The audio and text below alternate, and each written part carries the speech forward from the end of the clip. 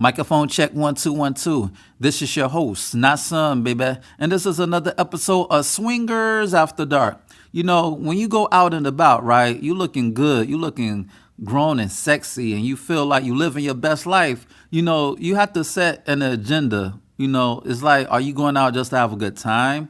Are you going out just to meet somebody? Are you going out just to get that quick nut? You know, because you need some sexual healing and it's been a long time and, you know, you feel like them pipes are going to burst. Or you looking for like a long-term companionship or even a friendship. And, you know, first and foremost, you got to know yourself. You know, you got to know if you're the clingy type, if you're the needy type, and you're not built for sex with no strings attached. Or you have to know whether, you know, you're emotional unavailable, which means that if you are, then you shouldn't promise somebody short of marriage just because you may like that person. And then after you get that nut, you don't want to be with that person anymore. You feel me? And, you know, it's like the art of the one night stand is honesty and communication. You know, putting forth your agenda, putting forth your truth.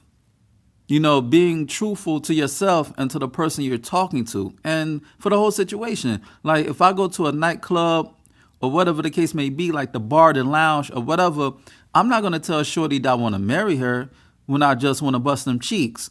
You know what I'm saying? I'm not going to give her the whole spiel. Hey, girl, you're the only one I want. You're the only one I need. You know, it's not that nutty shit when I'm lying and I just want to get them panties. And you got to realize that, fellas, you know, you don't have to lie. You know, when you go out, you have to be the captain of your ship. You got to be the ruler of your universe. And what I mean by that is that let her know your true intentions.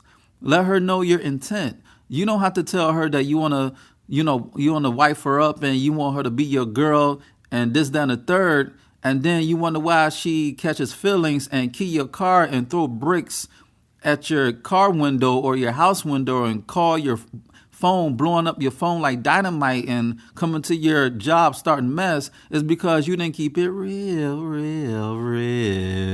You know, you didn't keep it 100 with Shorty. You didn't keep it true and honest with her.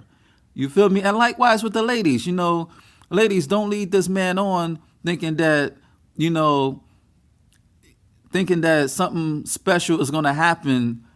And after you get that nut, whether you enjoyed the sex or you thought the shit was whack, you don't want to deal with him anymore. It's like, be honest. Be honest. And if you're dealing with somebody who's irrational, they may have abandonment issues. You know, they may be needy. They may be clingy. Then the best thing you could do is don't give up your information.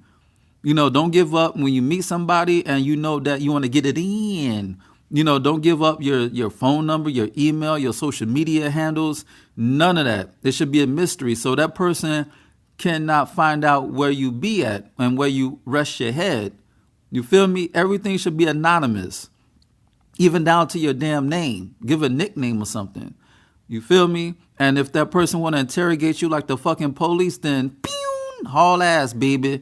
Because, you know, you don't want somebody to keep in touch with you when you just want a wham bam, thank you, ma'am, and you just want that quickie. You know what I'm saying? You just want a quick fix.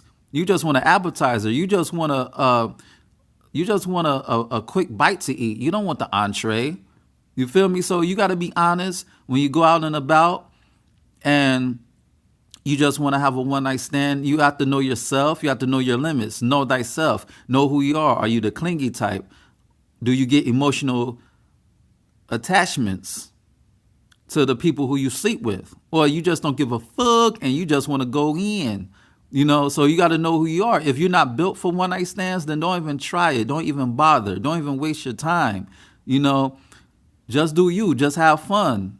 And if you're the type who are built for one night stands, then make sure that, you know, you don't, you know, reveal your tracks, you know, cover your tracks rather. Yeah, cover your tracks and don't give up information just in case you don't want this person to contact you.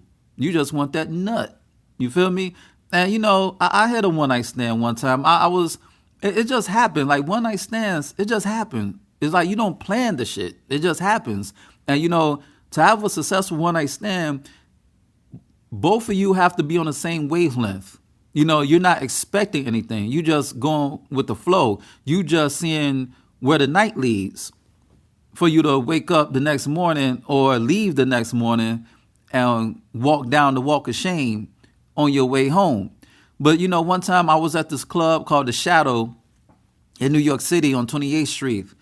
It's between 7th and 8th Avenue. It's no longer there, but hey, it was one of my favorite clubs where you could get blowjobs and even fuck in a dance hall.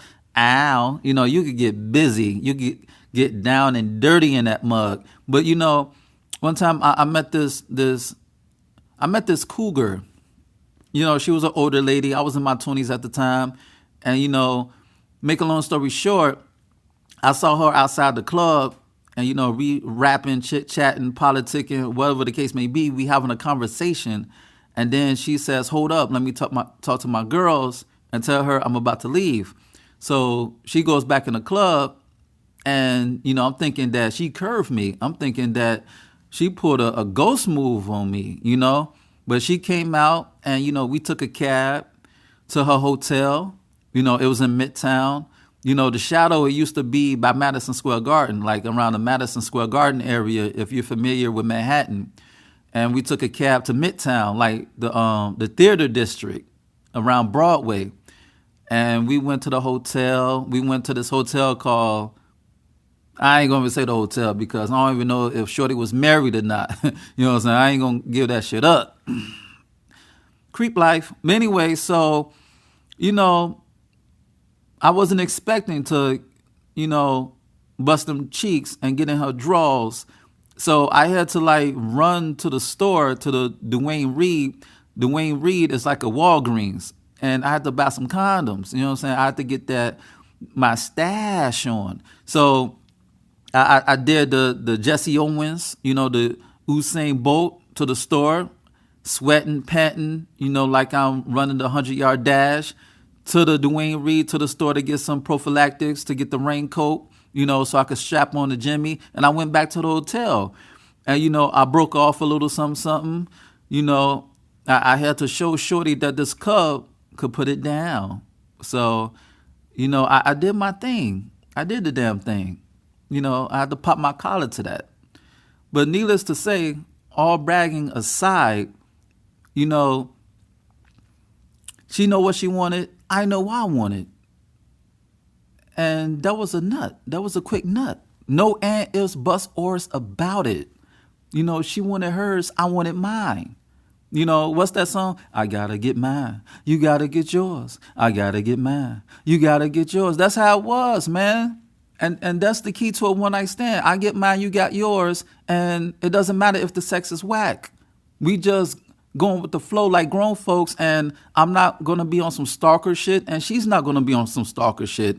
I get my nut, you get yours, we give each other a pound and dip off like nothing happened. You know, and no questions asked, no and ifs, buts, ors about it, and I leave like the phantom of the motherfucking night. You feel me? So that's how you should have a one-night stand without catching feelings. It is what it is. It's just sex. It's not marriage proposal. You don't see this person as your future wife. You don't see this person as your future husband. You just want that nut, and nothing more, baby. All right?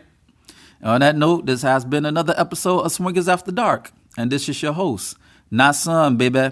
Check out my website, www.nasunblaze.com. That's www.nahsunblaze.com. And check out my ebook, You, Me, Us, Them, The Swinger Manifesto. It's on Nook, Kindle, iBooks, Google Play.